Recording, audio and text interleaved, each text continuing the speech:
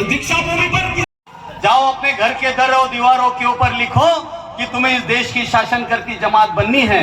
बाबा साहब ने ये बात तो बोलकर चले गए, लेकिन उस बात को प्रैक्टिकली जमीन के ऊपर और आप लोगों को दिखाने का काम कि यदि हम सारे लोग एससी, एसटी, ओबीसी, माइनॉरिटी, सारे बहुजन समाज के लोग यदि इकट्ठा होते हैं तो बाबा साहब ने जो कहा कि आप इस देश के हुक्मरान बन सकते हो, आप इस देश के तमाम राज्यों के ऊपर अपनी शासन व्यवस्था निर्माण कर सकते हो, आप इस देश का पीएम भी बन सकते हो, ये दिखाने का काम किसी शख्स ने हमारे बीच में किया। उस शख्स का नाम, उस महापुरुष का नाम जिसकी जयंती आप सेलिब्रेट करने के लिए आप उपस्थित हो, ऐसे हमारे बहुजन नायक मान्यवर कांशीराम साहब, जिन्होंने इस महाराष्ट्र की, इस देश की मरी हुई मूवमेंट को दोबारा जागृत करने का काम किया साथियों। और उन्होंने ये कहा था, अरे मेरे बहुजन समाज के साथियों, आप कहीं भूल न जाना कि सभी महापुरुषों ने आपके लिए इस देश के अंदर क्या क्या किया है, कितना बलिदान किया है, कितना त्याग किया है, कितना संघर्ष किया है। और संघर्षों के कारण आज आप लोग लिख पढ़कर इतने आगे बढ़े हो, अपने आने वाली पीढ़ी के लिए भी कुछ कर सकते हो, अपने बच्चों के लिए उनका भविष्य सुरक्षित कर रहे हो, लिख पढ़ लिख कर अपने घरों को, दीवारों को, अपने गाड़ियों के अंदर मशगूल हो रहे हो। ये काम यदि किसी ने किया तो बाबा साहब ने किया, लेकिन उनके सपनों को पूरा करने का काम जो आप लोगों ने करना चाहिए था, क्योंकि हमारे बाप के सपनों को पूरा करने का काम यदि किसी का है तो उनके बच्चों का है। लेकिन साथियों, बड़ा बुरा लगता है कि उसी महापुरुष को महाराष्ट्र के अंदर से यदि सफलता ना मिल पाई तो आप लोगों को छोड़कर, हम सभी को छोड़कर उन्हें उत्तर प्रदेश जाना पड़ा। और उत्तर प्रदेश के साथियों ने बाबा साहब के सपनों को पूरा करके दिखाया। साथियों, आज आपके सामने उदाहरण है, हम कभी सपना भी नहीं देख सकते कि हमारे बीच में कभी कोई आमदार और खासदार बनेगा, क्योंकि हमारी जो चाहत है वो केवल कारपोरेशन तक है, जिला परिषद तक है, ग्राम पंचायत तक है। लेकिन परम आदरणीय बहन जी और मान्यवर कांशीराम साहब ने आपके समक्ष एक खासदार साहब को यहाँ पे आपके सामने प्रैक्टिकली करके दिखाया कि नहीं, हम यदि संगठित होते हैं तो अपना राज्यसभा सांसद भी बना सकते हैं, लोकसभा का सांसद भी बना सकते हैं, और इतना ही नहीं तो 4-4 बार एक स्टेट में राज्य कर सकते हैं, इस देश के अंदर अपना पीएम भी बना सकते हैं। लेकिन महाराष्ट्र के तमाम बुद्धिजीवी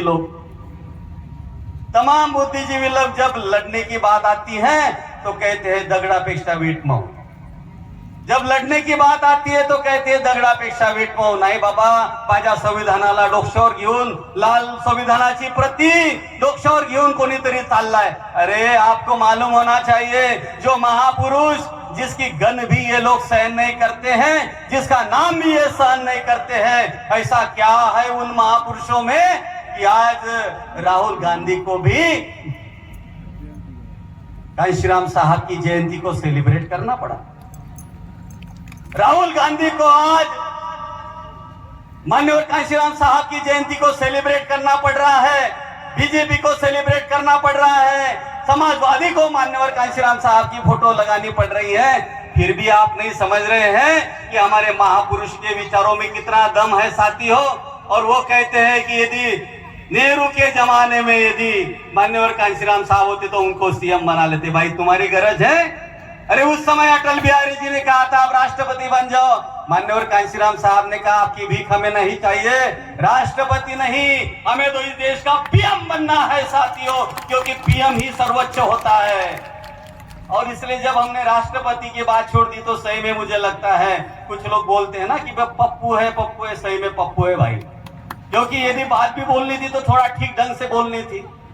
हम तो ये बात समझ रहे हैं कि आपको हमारे महापुरुषों के सिवाय तो आप अपनी बात को आगे नहीं बढ़ा सकते हो. चाहे बाबा साहब की बात ले लो. अरे बाबा साहेबाच्या नावानं कालपर्यंत तुम्हाला किती शिव्या शाप द्यायचे हो, पण आज सगळ्या पार्टीच्या बॅनरवर बघा बाबासाहेबाशिवाय यांचं जमतच नाही. बाबा साहब की बिना इनका जमता ही नहीं है. और आज मान्यवर कांशीराम साहब की बिना भी इनका नहीं जम रहा है. लेकिन मैं आप लोगों को पूछना चाहता हूं साथियों, आपके महापुरुष वो उधार ले रहे हैं, आप क्या कर रहे हो? आपके महापुरुष वो उधार ले रहे, आपकी विचारधारा वो उधार ले रहे, बाबा साहब के सपनों को उधार ले रहे हैं. लेकिन बाबा साहब के भक्त, बाबा साहब के अनुयायी पता नहीं क्या सोचते हैं। आज भी महाराष्ट्र के अंदर साथियों एक बार अपने जीते जी अपने दिल के अंदर ये बात बना लो कि बाबा साहब के सपनों को पूरा करने के लिए हम बाबा साहब के हाथी निशान के ऊपर इस महाराष्ट्र के अंदर कम से कम शुरुआत तो करो। एक आमदार तो निकाल के दिखाओ साथियों। वो बात दिन दूर नहीं है कि बाबा साहब के सपनों का महाराष्ट्र बनाने के लिए, मान्यवर साहब के सपनों का महाराष्ट्र बनाने के लिए, परम आदरणीय बहन मायावती जी के सपनों का महाराष्ट्र बनाने के लिए आप और हम सब लग जाएंगे। आने वाले 2029 के अंदर परम आदरणीय सम्माननीय रामजी गौतम साहब इनके मार्गदर्शन के तले इस महाराष्ट्र के अंदर हम अपने आमदार चुनकर लाएंगे, खासदार चुनकर लाएंगे और सही मायने में बाबा साहब को सपने को पूरा करने के लिए हम आगे बढ़ते हुए, मान्यवर साहब के सपनों को पूरा करते हुए हम संगठित होकर मान्यवर साहब के सपनों को पूरा करेंगे और महाराष्ट्र के अंदर अपनी सत्ता बनाने की कोशिश करेंगे। इस दिन के उपलक्ष्य में आप सभी लोगों ने ये प्रण करते हुए यहाँ से जाना चाहिए कि बहुत हो गया। अभी ग्राम पंचायत, पंचायत समिति, जिला परिषद, कारपोरेशन बहुत हो गया। अभी बाबा साहब के सपनों को पूरा करने के लिए हम अपना आमदार इस महाराष्ट्र के भूमि में बनाएंगे और बाबा साहब के सपनों को पूरा करेंगे। इसी आशा उम्मीद के साथ अपनी वाणी को विराम देता हूँ। जय भीम, धन्यवाद। तथा राज्यसभेचे खासदार सन्माननीय रामजी गौतम साहब, इन्हें मैं गुजारिश करता हूं कि वो हमारे सामने अध्यक्षीय मार्गदर्शन करे। सन्माननीय रामजी गौतम साहब। बहुजन समाज पार्टीचा, बहुजन समाज पार्टीचा, बहुजन समाज पार्टीचा रामजी गौतम साहब संघर्ष करो, रामजी गौतम साहब संघर्ष करो। देश की नेता कैसी हो, अरे देश की नेता कैसी हो, बहन जी आप संघर्ष करो, बहन जी आप संघर्ष करो। आकाश आनंद साहब संघर्ष करो, आकाश आनंद साहब संघर्ष करो। मान्य रामजी गौतम साहब आप संघर्ष करो, मान्य रामजी गौतम साहब आप संघर्ष करो। बहुजन समाज पार्टीचा माननीय राज्यसभा सांसद गौतम साहब।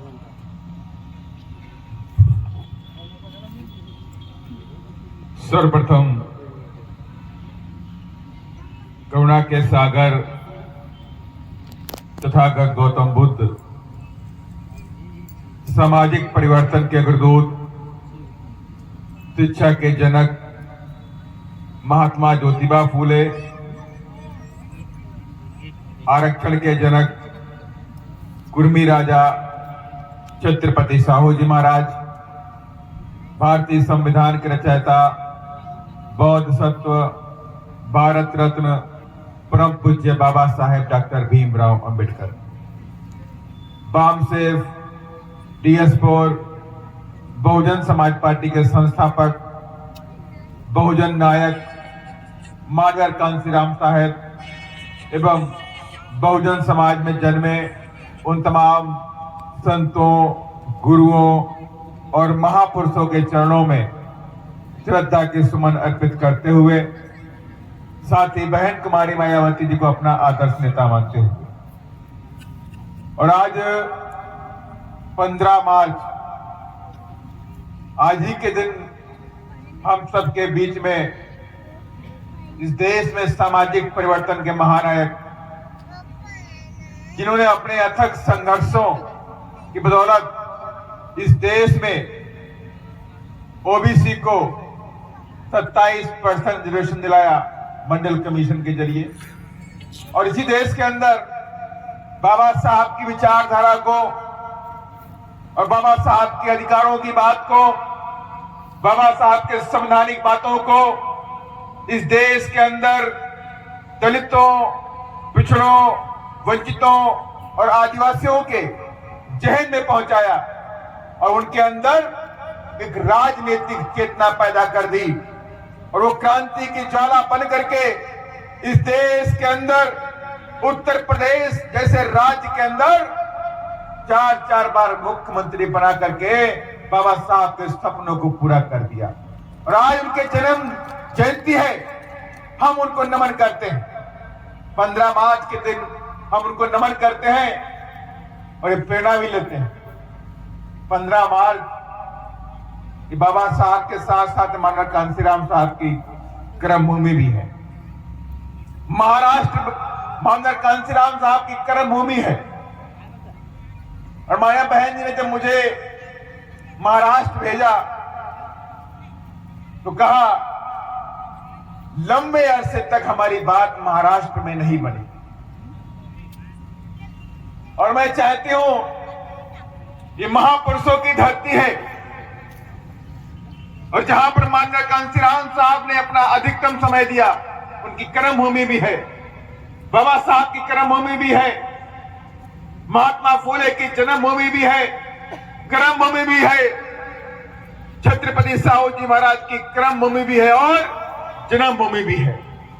लेकिन हमारा मिशनर मूवमेंट अभी महाराष्ट्र में नहीं पहुंचा है, और मैं चाहती हूं कि महाराष्ट्र के अंदर ये हाथी विधानसभा के अंदर जाना चाहिए। ये आदेश माननीय बहन जी ने मुझे दिया।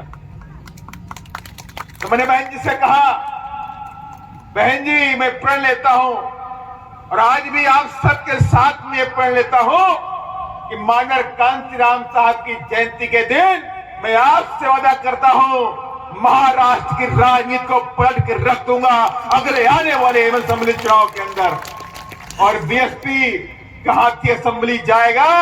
अभी हमारे गायक साथी बोल रहे थे संसद के अंदर हाथी जाएगा, नहीं बोल रहे थे। तो मैं कहना चाहता हूं संसद के अंदर तो हाथी एक नहीं, दो नहीं, 37 पहुंच गए, 37 हाथी पहुंच गए। लेकिन बात मात्र उत्तर प्रदेश से नहीं बनने वाली है। जब तक ये हाथी महाराष्ट्र से दिल्ली ना पहुंचे, जब तक ये हाथी तमिलनाडु से दिल्ली ना पहुंचे, जब तक ये हाथी मध्य प्रदेश से दिल्ली ना पहुंचे, जब तक ये हाथी छत्तीसगढ़ से दिल्ली ना पहुंचे, और जब तक ये हाथी अन्य प्रदेशों से दिल्ली ना पहुंचे, तब तक ये बात हमारी अधूरी रहेगी। और उसी काम को लेकर के बहुजन समाज पार्टी के जाबाज कार्यकर्ता पूरे देश के अंदर पूरी ताकत के साथ में काम कर रहे हैं। और ये कारवां भले धीमा पड़ा कुछ दिन के लिए, लेकिन ये कारवां फिर से चिंगारी बन करके, ज्वालामुखी बन करके 2027 में फिर से बहन जी को मुख्यमंत्री बनाने के लिए अग्रसर हो चुका है। और आज ये कारवां अगर कमजोर पड़ता तो आपको मालूम होना चाहिए।